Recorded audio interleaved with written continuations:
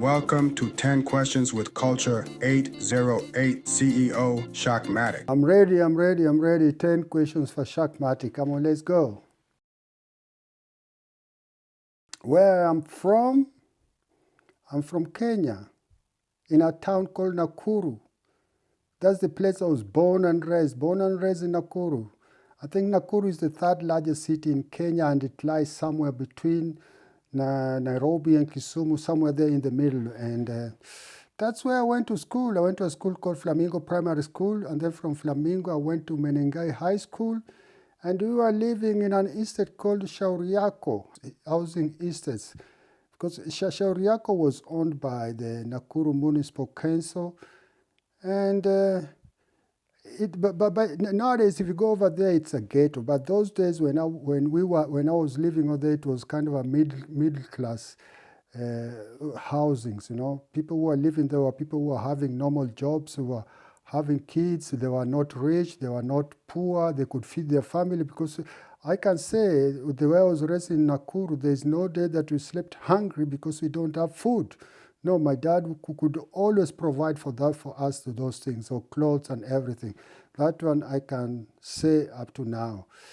And yeah, that's it. I was born and raised in Nakuru. That's the place where I grew up, Shauriako, Nakuru.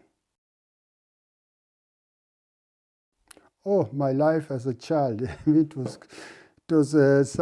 I can write a book about it. You know, if I had to write a book or shoot a movie about it, and I think maybe it can win an Oscar, because my life in Nakuru was very interesting, because I did everything that any kid in a Kenyan ghetto would do. I mean, I played things like Bano, which I don't know, marbles. In English it's called marbles or something like that. I played things like Bano. I mean, I drove things like Mofara. I don't know how to explain it here in English. But it was kind of a toy, because those days, not those days, but up to now in Kenya, most of the families, they can't buy toys for their kids, you know. So we used to make our own toys, because if I went to my dad and tell him, come and buy me a ball or buy me a car toy or anything, he'd tell me, hey, what the hell are you talking about, man? I have to feed you, I have to dress you, and you're telling me to buy you toys. And that's why, you know, as a kid, you have to have things to play. And those things, we had to make them ourselves those days, yeah. I can remember very well, it wasn't all that easy those days. But my life as a kid, as I said before, it was not all that terrible, because we never slept hungry. That's one thing. We never missed school, because my dad was paying school fees on time. And we never had problem with clothes and everything, because my dad was providing everything. But those days, my dad was working in a bank in Nakuru, Barclays Bank, Nakuru East branch.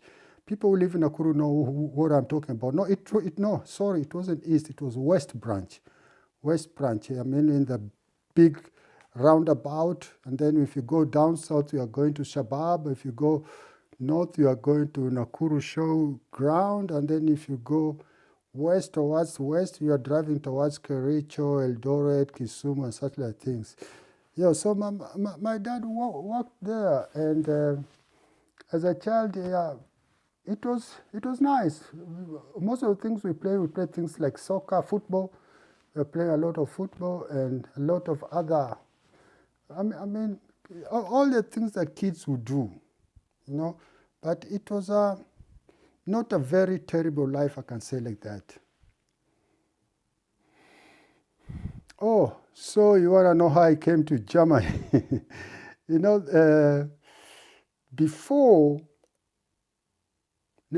after Nakuru, I went to Nairobi. I went to Nairobi in Kenya Utalii College, where I learned a course in hospitality industry. And by that time, they were offering in Utalii College 2 courses, German or French. So I opted for German, because I tried French when I was in school. It was so difficult for me. So I opted for German. And I did German, and I learned German. So after Utalii College, I got a job in Serena, Mombasa. Yeah, Serena, Mombasa, I didn't like it so much. Then I think after 2 years, I moved to the South Coast, to an hotel called Diani Sea Lodge. It was an hotel that was being managed by a German family. And I liked it over there because most of our clients, the tourists over there, most of them were Germans. And I could improve my German over there. I could speak German almost every day because the tourists were only Germans. We didn't have English tourists. In Serena, we were having mostly Italians, English, and people from the Dutch, from the Netherlands, But in Dianisilo, it was mostly German. So I liked it because I could improve my German. So it didn't take long. It didn't take long. Then one day there was this one beautiful woman who was a guest at a German woman, who was a guest at DNC Lodge. And then I looked at her, but I didn't talk to her in the hotel. Then one day I went to, there was a club not so far from DNC Lodge. Those days it was called Bush Baby. So I went over there, and she was sitting somewhere there, sipping her own drink, with another colleague of mine who took her out. So this colleague of mine who couldn't speak German, but they were just sitting together, you know what I mean? So he called me to come to interpret for him what this lady was telling him. And things went the other way around, I don't want to go into details, but things went the other way around. And that's my beautiful wife. Up to now, we are together after so many years, Ended up communicating when she left and everything. And then she came back, went to my home village. My home village lives somewhere in Yala town. If somebody knows Yala town, if Kenyans will look at it, they know what I mean. So I took her to Yala town, introduced her to my parents. My parents said, it's okay. Yeah, and that's where it happened. And that's where it happened. And then after some time, we got married and I moved to Germany. And that's where I am right now. That's why I came to Germany. Very interesting question.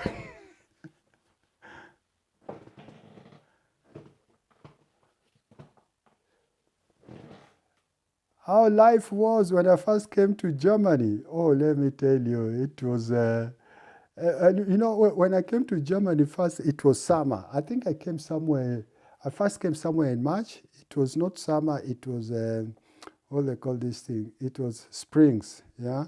It was not all that cold and not all that warm, yeah? It was okay. And then came summer and went out, everything. But the thing that I noticed in Germany those days, and it's still up to now, it was very hard to make friends in Germany. It was very hard. So after sometimes I got a job in an hotel not so far from the place where I was living. And in this hotel, that's where I met another Turkish guy who also was here. And he didn't have a lot of friends. So he became my friend because we were both friendless. He became my friend. And for those days I was drinking a lot of beer, and that guy too. So that's the thing that connected us. And another thing that connected it was music, man. It was music, because that guy liked music. He was used to play guitar, but he liked rock music, something like knock, knock, knocking on heaven's door. Bam, bam, bam. He used to play those things, man. Or let me call used to play Guns and Roses. I can't remember all those things. Guns and Roses, Bon Jovi, and Eric Clapton, yeah. And I liked it because by those days, but that's me. I mean, I don't choose music. I just listen to music when it's good. I don't mind whether it's Afrobeat, it's hip hop, it's heavy metal. So long as music is good, I listen to it. And this guy, he used to play Metallica, Nothing Else Matters, Nothing Else Matters, bang, bang. So those things connected us, and we were friends. So when we were off duty, we would move around to clubs, drinking, bars, and everything. Yeah, that's where my life was when I came to Germany, That's where it is.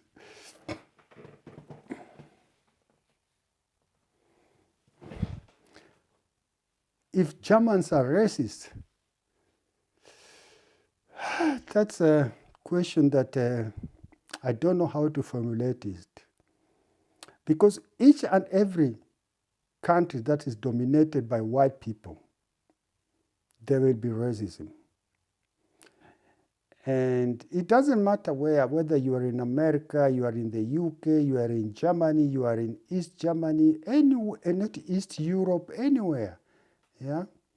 So long as the Europeans are the majority, there will always be racism. And to my opinion, Germans are kind of people, you might say they are racist, but Germans are kind of people who like to ignore people. They don't accept people they don't accept people in a very fast way, They don't just accept you, you can live with a German for so many years, but to accept you as one of his, let me say, friends or close associate or everything, no. They only associate with their fellow Germans. As long as you don't look like a German, he'll never associate with you freely the way he'll associate with a fellow German.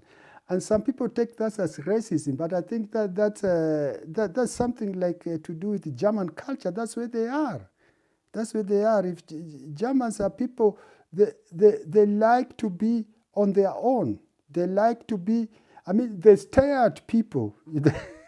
That's one thing the Germans are very good. They're very good at staring. Yeah, they stare at people, but they'll never, take you so close to be a friend. This kind of social life is not there in Germany. And some people, when they come here, they feel so lonely. They feel that people just stare at them and don't want to be close to them. If you are in a train sometimes, in these public trains, I use them very, not all that often. I don't use them so much, these public trains. But there are situations that when you are in a public train, yeah, and you're sitting in a, there's a seat here and then another seat for the next person who's going to come can sit next to you. But if you look different, you just see Germans won't come and sit near you. Not because they are racist. Some people will say they are racist, but that's, that's the way they are. And somebody told me if you go to Japan, it's also the same.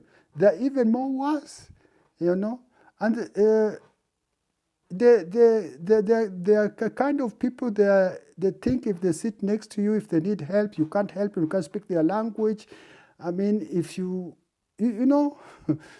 those are the kind of things the Germans think. Because let me tell you, there's a situation that happened in Hamburg, Germany. It was sometimes, I think it was something like 6-7 years ago.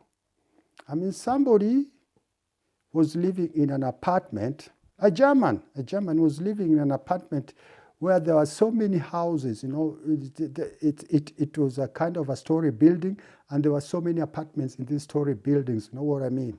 The way it is in some parts in let's say Nairobi, Kilimani. So this guy was living on a social help. He was not working, but the government was paying for him everything.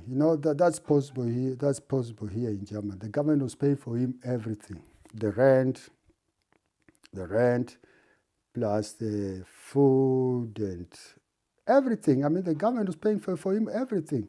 And this thing were, in Germany, the transactions are usually done from bank to bank. They don't come and send you money and give you the money. Come on, this is your money for this month. They send it to your account.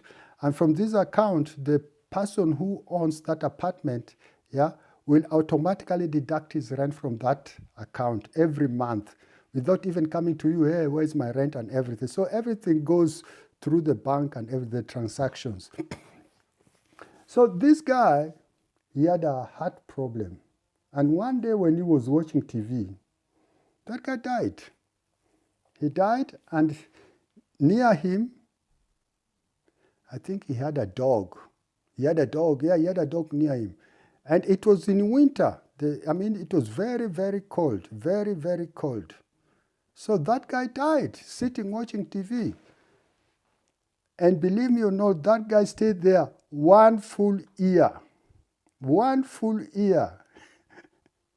Until one day in summer, yeah, people could see flies coming out from the apartment, like, you know. That's when they started to think there must be something wrong in this house. And they broke the house. They found that guy seated on his chair. The TV was running and went out automatically. The dog was dead because there's nobody to feed. It was only a skeleton of the dog over there. And that guy was sitting over there. And that's where life it is in Germany. Nobody talks to you. Nobody cares about you. I mean, everybody cares about his own business. And that's the way it was. That guy died over there 1 year. 1 year. It was in a big daily paper here in Germany, Bild Zeitung. 1 year, that guy died for 1 year. There's something that cannot happen in Africa. In Africa, people don't see you for 1 day. They'll start asking, what happened to my neighbor? I don't see him nowadays. What happened? Has he been abducted the way it is in Kenya? Has he been abducted? No, that guy stayed there for 1 full year. He was dead. And that's where it is here in Germany.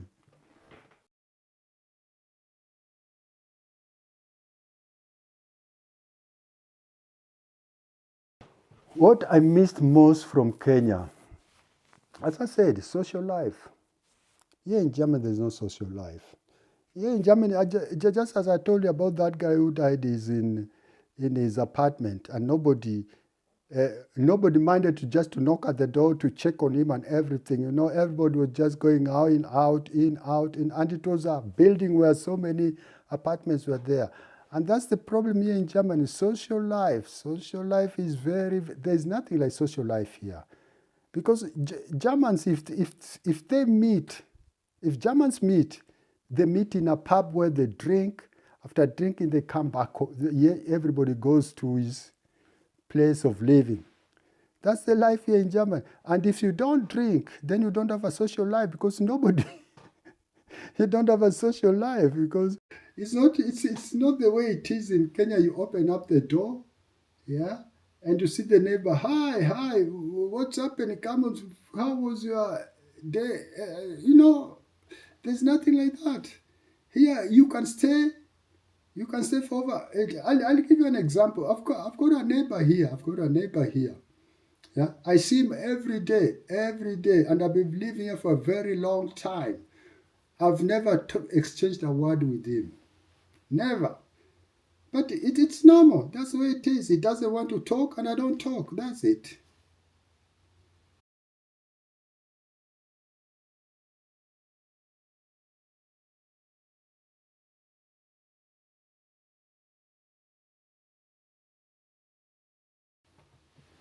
When I'm in Kenya, what I miss most from Germany?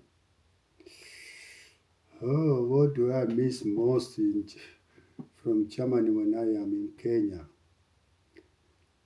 I mean, in Kenya, the problem in Kenya is this bureaucratic problems. If you want something from a government office, and it's a struggle. It's a struggle, and it can take such a small document like an ID. It can take you years or months to get an ID. Something that here in Germany you just go to the municipal office. You don't have even to go to migrations. You go to municipal office, Gemeindeverwaltung is municipal office. You go there, you bring what they want from you, and they tell you go home. And then after 2-3 weeks, you got your ID. That's what I miss. Okay. And then there is this mentality in Kenya, yeah, where everything is fundi. Kila kitu fundi. People don't repair things on their own there. Any small thing fundi. They can't just, I mean, it's different here. People do things alone here. You know, if you go out, you'll see people painting their houses alone. If you see people repairing, making things for all alone. But in Kenya, each and everything is fundi. And that's why when I go to Kenya, there are things that I say, this thing has to be repaired. And people say, let me look for a fundi. I say, what fundi? this thing we can do it, and we do it, the two of us, or I do it alone. There's nothing like food, and that's the thing that I miss most from Germany when I am in Kenya.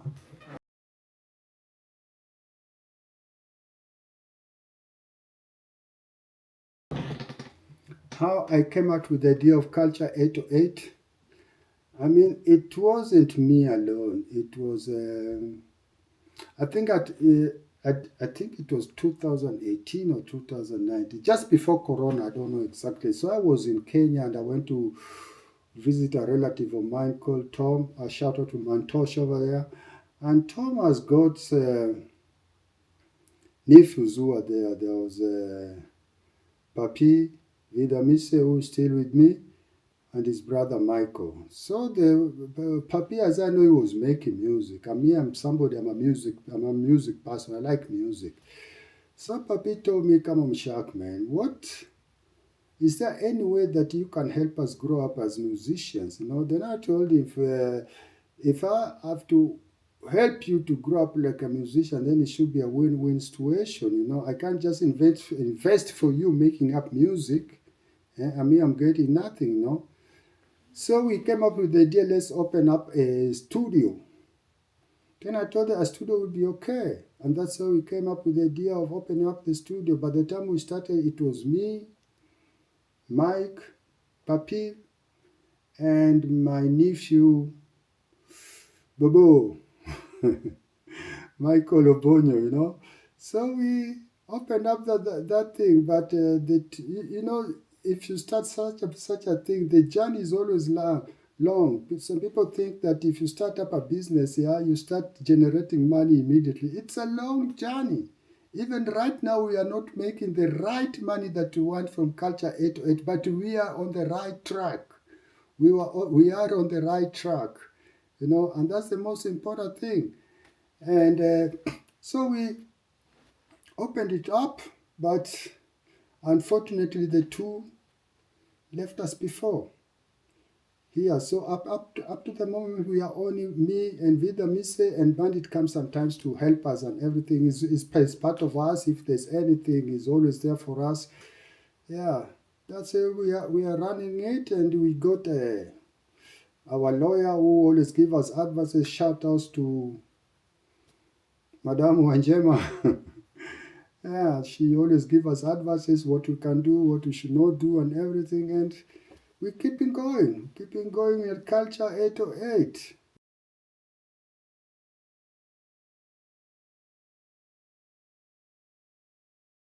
My current opinion to the current situation in Kenya. The problem in Kenya, there's only one thing. When there's people cry. Every 4 years, things are expensive. What? These people. But when it comes to election, there's no country that is more divided than Kenya. America is right now also divided. There are Democrats and Republicans, But it's something different. In Kenya, it's so divided that they even fight just in the name of politics. And that's stupidity. That's the problem we are having in Kenya. And the thing is, we keep on re-electing the same people. When I say re-electing the same people, it doesn't mean the same face. It doesn't mean the people with black suits and everything. They always elect, people who are mentored by the late President Daniel Arap Moi. If you look at Uhuru Kenyatta, let's start from after Moi, there was Kibaki. I mean, he was a Moi product. Then came Uhuru Kenyatta, Moi product. Then Ruto, Moi product. Raila Odinga, Moi product. Kalonzo Musyoka, Moi product. What they call this? Mudavadi, mentored by Moi. There's so, I mean, even the impeached DP right now, Deputy President Gashagwa, is a product of Moi. He was appointed as a DO with Moi. So when one day we'll just come out and think, we don't want anything to do with Moi. We don't want, if you had anything to do with Moi, we are not going to elect you. That's when Kenya will grow. Just forget about these Moi hangovers, Moi leftovers. Forget about it. Elect somebody completely who had nothing to do with Moi, And you'll see a very big difference in Kenya, but if you keep on rotating the same people, right now, they're all crying. But in 2027, Gachagua will be on the ballot, Ruto will be on the ballot, maybe Raila will be on the ballot, Kalonzo Musyoka will be on the ballot. Yeah, same people, same people. And if somebody like if somebody who has got nothing to do with Moi comes and presents himself, I want to be a president, it's about money. If you don't have money, you're out. People won't vote for you. And that's the problem in Kenya. They look at money. Politicians, they steal from us, they steal from Kenyans, and then when election they and Kenyans forget. Come on, Kenya, man, open up your eyes. Leave alone this Moi issue for good.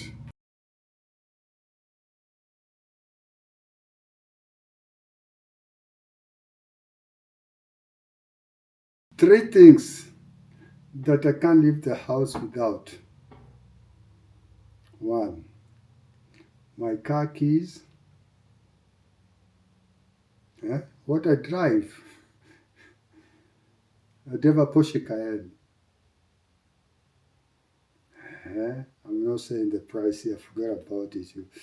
So, my car keys, my wallet, and my phone. Those are three things that I won't leave when I'm leaving the house. Thank you very much. Ciao. Those were the 10 questions for Sharkmatic.